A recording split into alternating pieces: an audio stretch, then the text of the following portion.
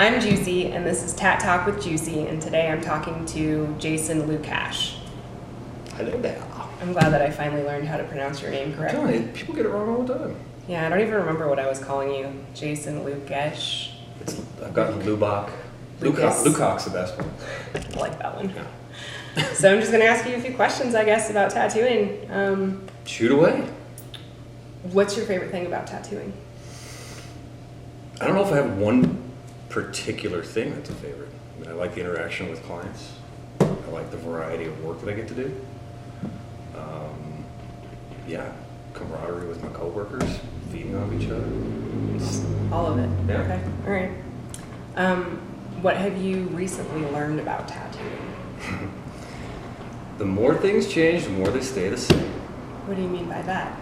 Well, there's always going to be great tattooers and good tattooers, but there's always those horrid tattooers that think they're great. And Right. people actually go to them to get tattooed, which amazes me. I guess it's all in the eye of the beholder. I guess so. And everyone gets the tattoo they deserve. There is that. All right. Well, what makes a good tattoo in your eyes? Just clean, super clean, good lines. Any tattoo is going to start with great line work, good shading, pop of color in there. That's about it. Okay. Okay. When you say clean, are you just referring to line work or? Not the whole thing. It's got to be solid. Just when you look at it, there's no embellishments in it. It's super, super clean. That's it. All And right. if you can look at it from across the room and tell what it is, that's a good tattoo. Okay. So, what would you say your favorite machines are that you're using right now? that you use? I have been using my Mickey Sharps machines that I bought in the late 90s every day, solid for 22 years. And I mean, they're pretty spectacular. I mean, I haven't changed really anything on them. They're the old school machines and I love them. And if they're not broke, don't fix it. Okay. You said the late 90s. So that's what? This one is a 1998 microdowel, and this one is a 97 custom T-dowel that he does not make anymore. It's the bent frame. Yeah, I mean, they're just solid running machines. Occasionally I'll pull out the rotary for the stipple stuff, but this is bread and butter. Okay. That's interesting because I know so many tattooers who just keep buying machines and have like a whole drawer of machines that they never use. I think there's tattooers out there that like to collect, and there's some tattooers out there that think that a new machine is going to make them better. I've seen that a lot, Okay. and it's not the case. You should be able to pick up any machine and make it work, Okay. in my mind.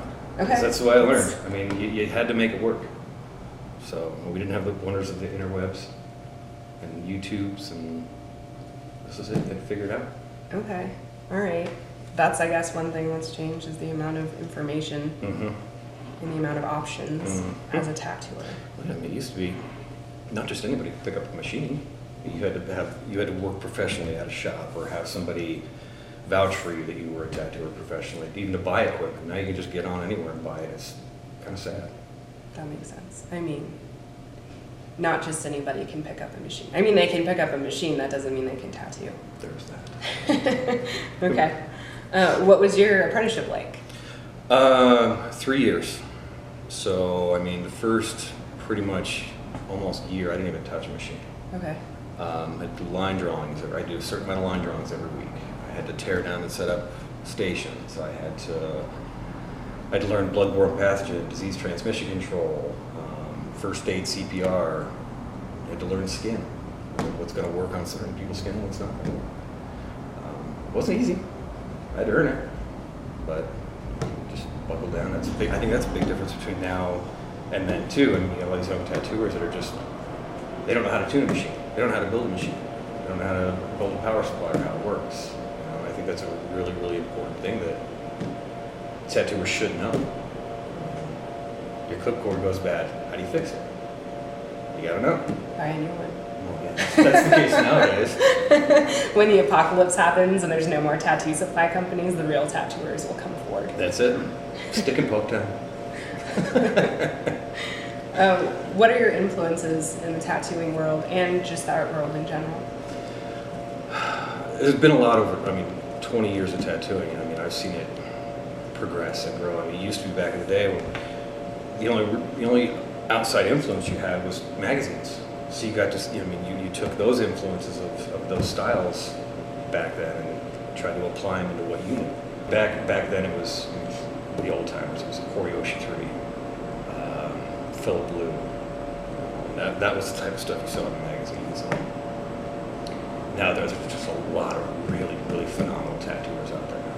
Yeah. And they're everywhere. So, nowadays it's just feeding off what I see on Instagram, Facebook, just on the web in general. You just see it, oh, that's kind of cool. Try I that. wonder if Apply those that. tattoo magazines are still around. They are, I think. I see them once in a while when Okay. I'm looking at magazines, but it's just, you're better off just, you've got the internet. I still like buying, magazines, but bought one in a long time.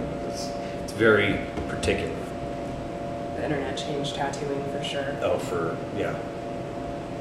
when I first started, we didn't have, some people came in and say, I'll take that one for you, or I'll take that one for you. So, gotta be versatile. Who do you want to get tattooed by? Like I said, Koryoshi was still top of my list. It'll never happen, but at this point in my career, Philip Blue, another good one. There's a lot of, like I said, phenomenal tattooers out there that I would like to get tattooed by. It's just, I'm always tattooing, so when do I get tattooed? It's a matter of time and time. Travel in some cases too, I guess. Yep, Yeah. exactly. Is there any subject matter that is on your bucket list that you haven't gotten to tattoo yet? I don't think so, at this point. There's new stuff coming out all the time that these guys are putting out there. It's new and unique. But, I don't think there's anything I haven't tattooed at this point. So just like everyone else we interviewed, you've agreed to give away a tattoo. Absolutely. And just like everyone else, you get to pick the tattoo. Yep. Awesome. So we're going to announce how to enter to win on this post and post after this, and we'll be announcing the winner next month.